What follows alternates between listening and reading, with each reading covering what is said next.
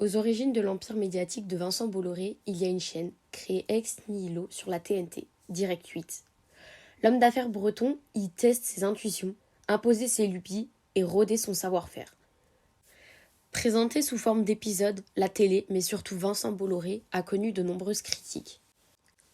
Nous verrons donc dans un grand 1 le collectif qui dénonce l'empire médiatique du milliardaire, dans un grand 2, Bolloré s'adresse à la jeunesse, et dans un grand 3, l'affaire Louis Boyard. Grand 1, un collectif dénonce l'empire médiatique réactionnaire du milliardaire. Le groupe collectif Stop Bolloré a été monté pour lui souhaiter une bonne retraite. Il réunit un front commun et large composé de syndicats tels la CGT ou Solidaire, d'associations, de médias et de personnalités marquées à gauche.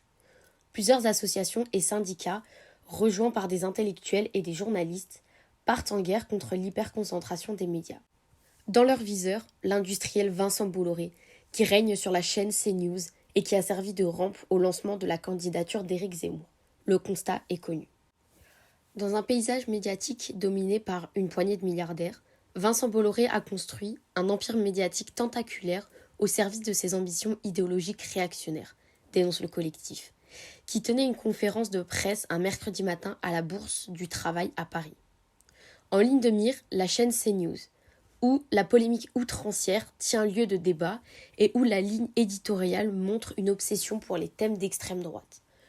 Le directeur de Mediapart voit là le signe d'une prise de conscience face au danger immense que représente la logique de domination politique et d'oppression idéologique menée par Vincent Bolloré.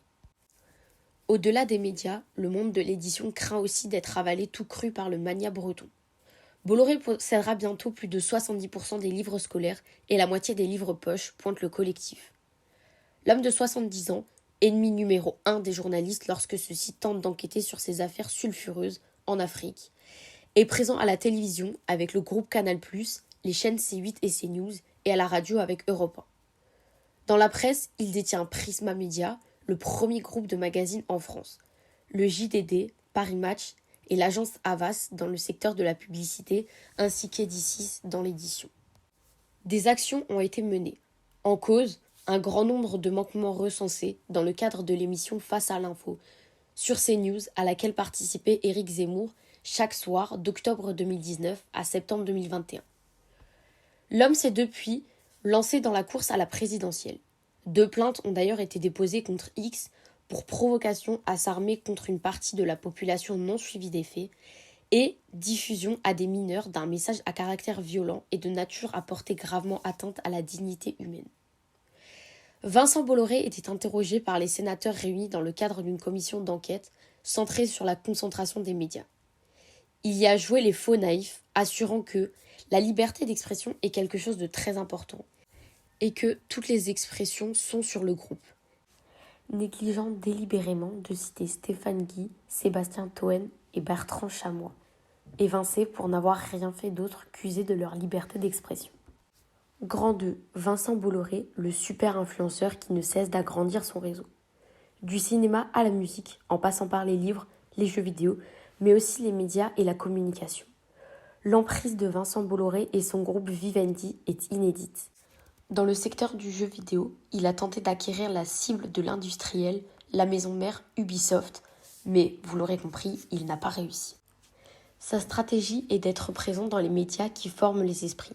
Or, les jeux vidéo sont extrêmement présents chez les jeunes, explique Pierre-Étienne Marx du syndicat des travailleurs du jeu vidéo. Vincent affirme que son projet est économique et qu'il n'a rien de politique ou idéologique, pourtant ce n'est pas le cas. Certains de ces journaux ne sont pas plus rentables et seraient des titres d'influence pour le millionnaire. Cette influence ira même jusqu'au domaine de l'édition.